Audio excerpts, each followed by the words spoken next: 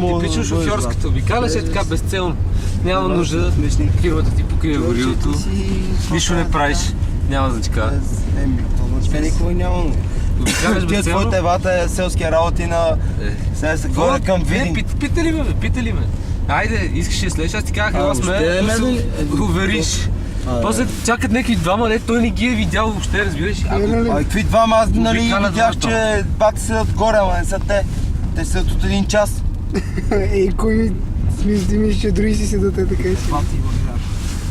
Неблагодарно копанци. Значи ти, брато, не си се разхождал повече от 5 минути. Не съм, колко време нямаше сега ще Няма значение, ако кажеш, че те са седяли от много време, те са седяли от 10-15 минути, какви брате. 10 аз колко време обикалям, бе, лайар. Ма това ти Виж, кога казвам. съм ти звънал първия път. Кога бе първи път? Значи сега чакай първо ти кажа колко. Сега е 8:15.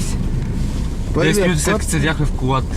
Първият път е в Първият път беше И ти още на 54. 13 годинки. когато точно трябваше. 25 минути. Сега... Брате, ние само... Ей, цигари трябва.